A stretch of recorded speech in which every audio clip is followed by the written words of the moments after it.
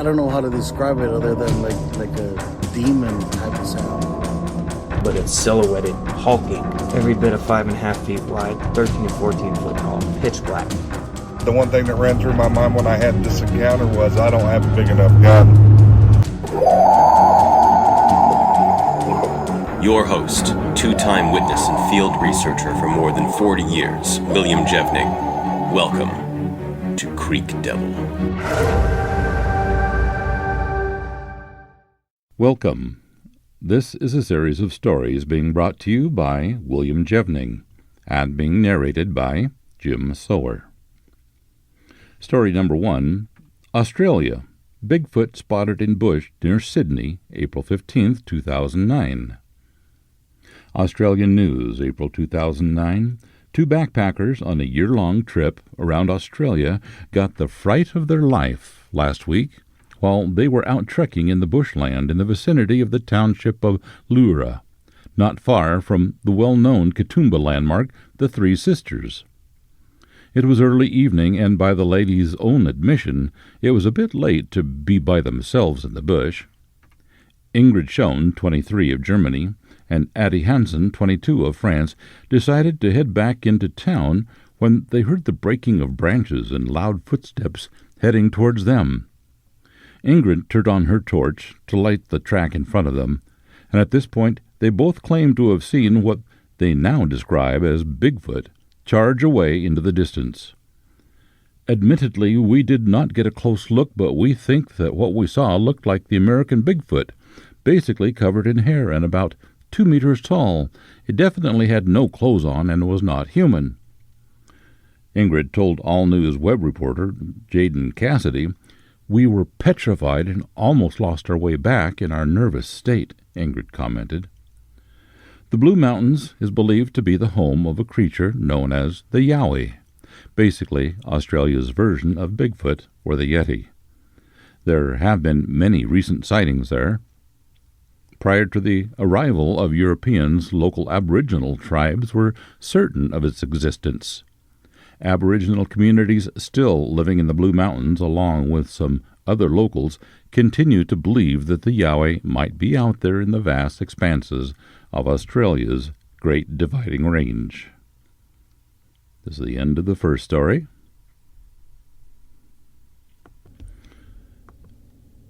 Story number 2.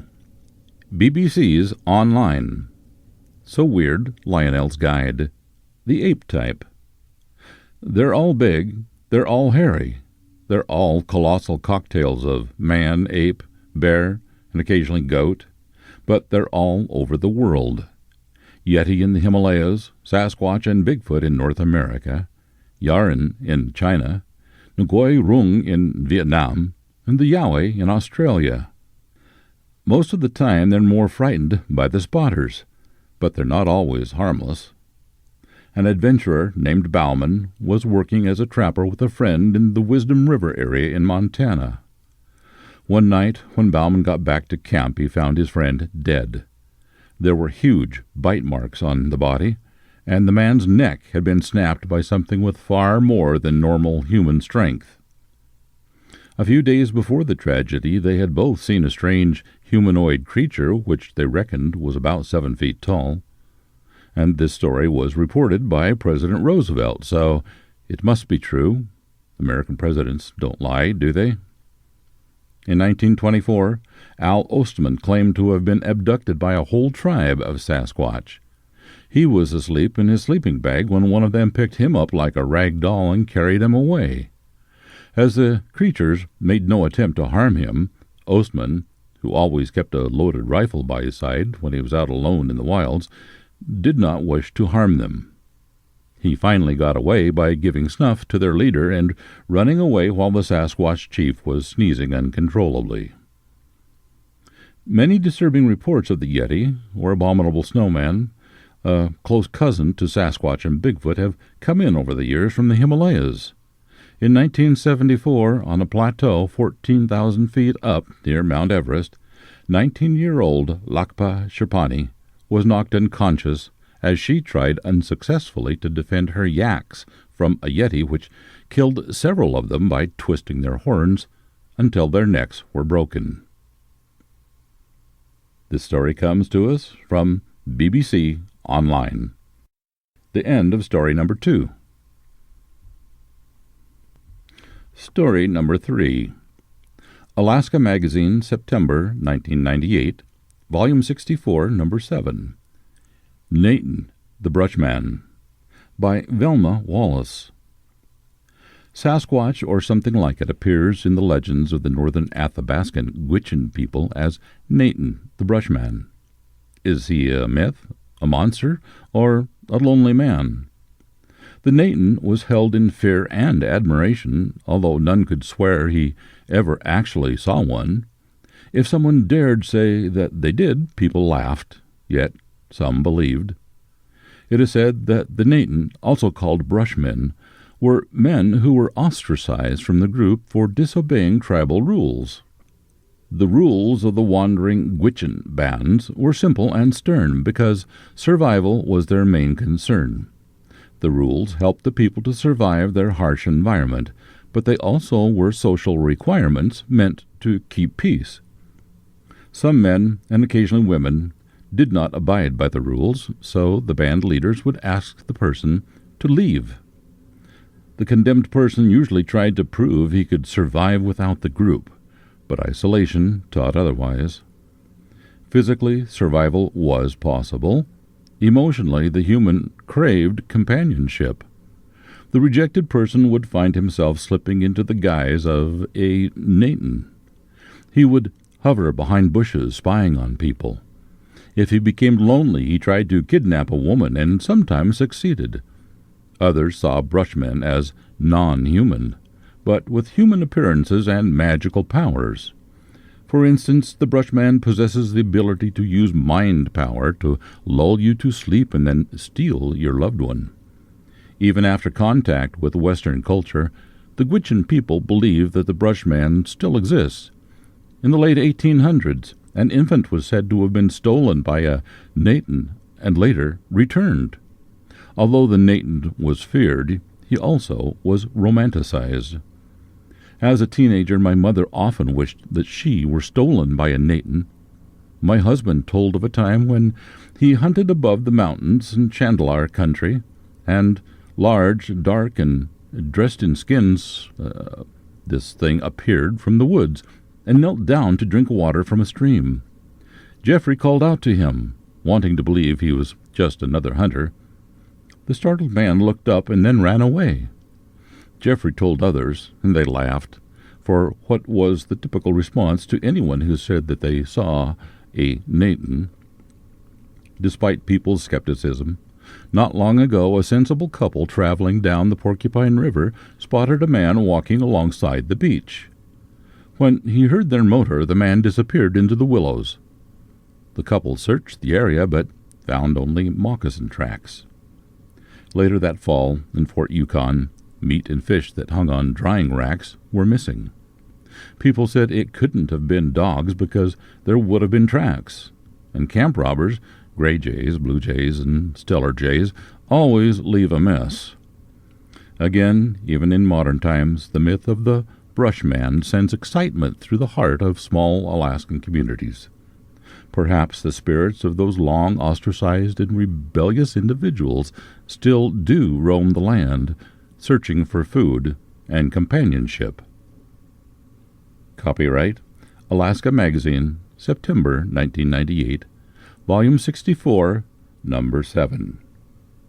That is the end of story number 3. The Legend of Ohio's Orange-Eyed Creature, 1959.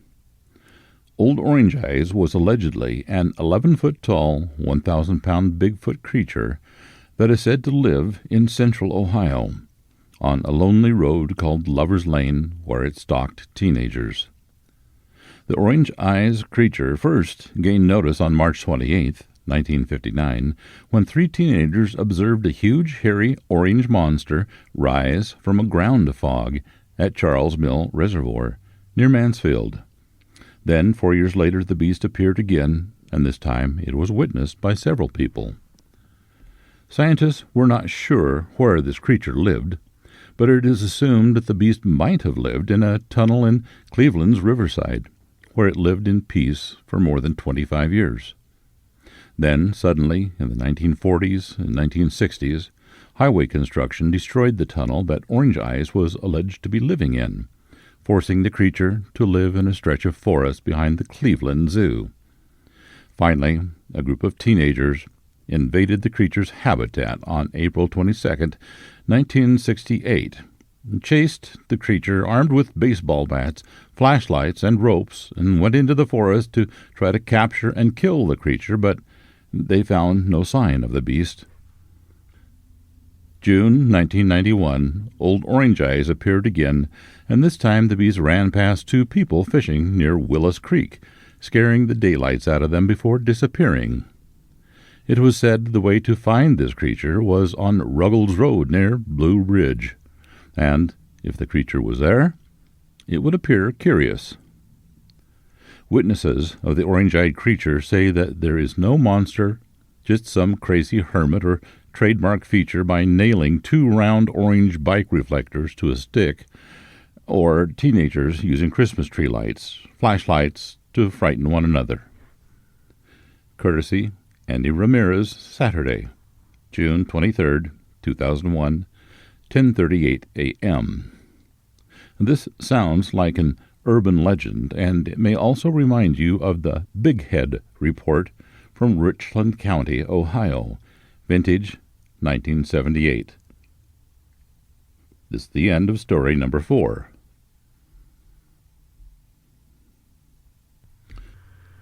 Story number 5. Biddeford, York County, Maine, 1951.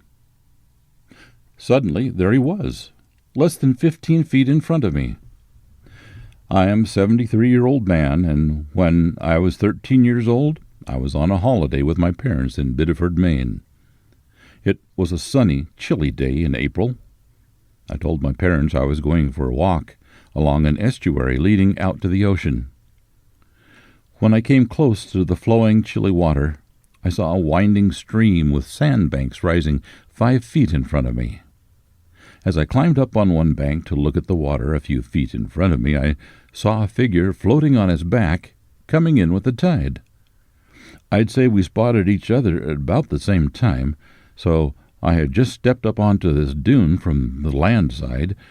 It was 4 or 5 steps, and I was on top of the dune. Looked down at the water, and there he was, right in front of me. I can easily think about that moment, and again, I had no idea what I was looking at. I could see him so clearly, even his hairs as they swirled around his body. Well, mind you, at this time of my life, I had never heard of Yetis, Bigfoot, or never read about them. I never knew they existed in my 13 years of age. This figure had the shape of a man with grayish hair and a hairless, pinkish to reddish face with no hair on it. Although I had read about Bigfoot through those years, I never put the two together. I guess one reason was that this guy had grayish-white hair, and I guess I didn't really think he was a Bigfoot. This guy had no breasts that I could see. Only while reading about Bigfoot recently did I notice that occasional you'd see a whitish-gray one that would appear. So I got excited, and I had to write about it. The rest of his body had hair which moved as the water washed around him. He was on his back and floating in head first. He was no more than 12 to 15 feet from me. I didn't move one bit as I gazed at him. His arms were to his side, and he lay motionless, but the incoming water was moving him along this creek at about 4 miles an hour. His body was barely awash, meaning that he was floating on top of the water with about half an inch of water covering his body, except for his pinkish, reddish face, which floated out of the water. I'd say from the front of where his ears should be to the front of his face. His nose, eyes, and mouth were out of the water. His facial skin looked wrinkly. Not a lot, but he had mostly deep wrinkles on his face. Another thing about his face, the skin was bare, not even a whisker, no hair at all on his face. One more thing, The amount of his facial reddishness was like a sunburnt man. He showed no facial expression. Only his eyes moved over to me, and that was a little scary to me, but I stood there and stared back at him. I don't think I shared any expression. About the hair, it was about 6 to 8 inches long and loosely floated around his body. It looked like it was the consistency or thickness of a golden retriever dog, not thick and matted like other Bigfoot reports that I've read. I did notice his knees, hairy, slightly bent up, and still just below the water. While I was watching him, I saw no effort to move his hands or arms. He easily drifted in without any body, arm, or hand movement that I noticed. I'll never forget how I felt during the brief time that I saw him. It was a deep soul connection that overcame me. I felt peaceful and calm during the whole time. I think I said this guy was about 12 feet from me, maybe even a little closer. I want to go back to where I saw him someday in hopes of connecting with him or his children. I thought it would be hard for me to walk down the little dune and follow him, and I don't think I would have, since the dune led into the water, and I thought I would have gotten wet. Besides, I was so startled I could only look at him. Having never heard of these creatures, I ran through my mind every creature I had ever seen, and this didn't exist in my vocabulary of known animals. I was always interested in animals, and never ever saw anything like this. As I was gazing at him, he looked up at me, and we had an eye-to-eye connection, which only lasted a few seconds. I can't say for sure, but I think his eyes were grayish-blue in color. He felt kindly to me, not startled, and I wasn't either. I will never forget this moment, and it's clear as a bell to me after 63 years. I ran home to my parents, who were in a house along the beach, and excitedly told them what I had seen. Well, they didn't pay much attention to me and thought I had seen a seal or a walrus or some other sea animal. I never thought much about it and kind of forgot it after many years. Later I began to hear and read about Bigfoot and never put what I saw together. The reason was that all reports I have read, these creatures were never grayish-white, and they weren't very tall. This guy was only about 6 feet in length, no more. But finally, about 10 years ago, I realized that this might have been a Yeti. What else could it be? I feel a deep connection to the Bigfoot, and my experience will always be with me. I keep my sighting almost to myself, but though what I saw might help in some small way, tell others to help understand what's going on. You may publish this and use as you wish. You may use my first name, but please keep my contact information private. BJ, from Maine. Sunday, March 13th, 2011. That's the end of story number 4. Thank you for listening. Thanks for listening to this episode of Creek Devil. If you or anyone you know has had an encounter with these creatures, please contact us at williamjevning@yahoo.com. That's William, Jevning, @yahoo.com. All communication is confidential. Join us for another program next week. And until then, keep your eyes open out there.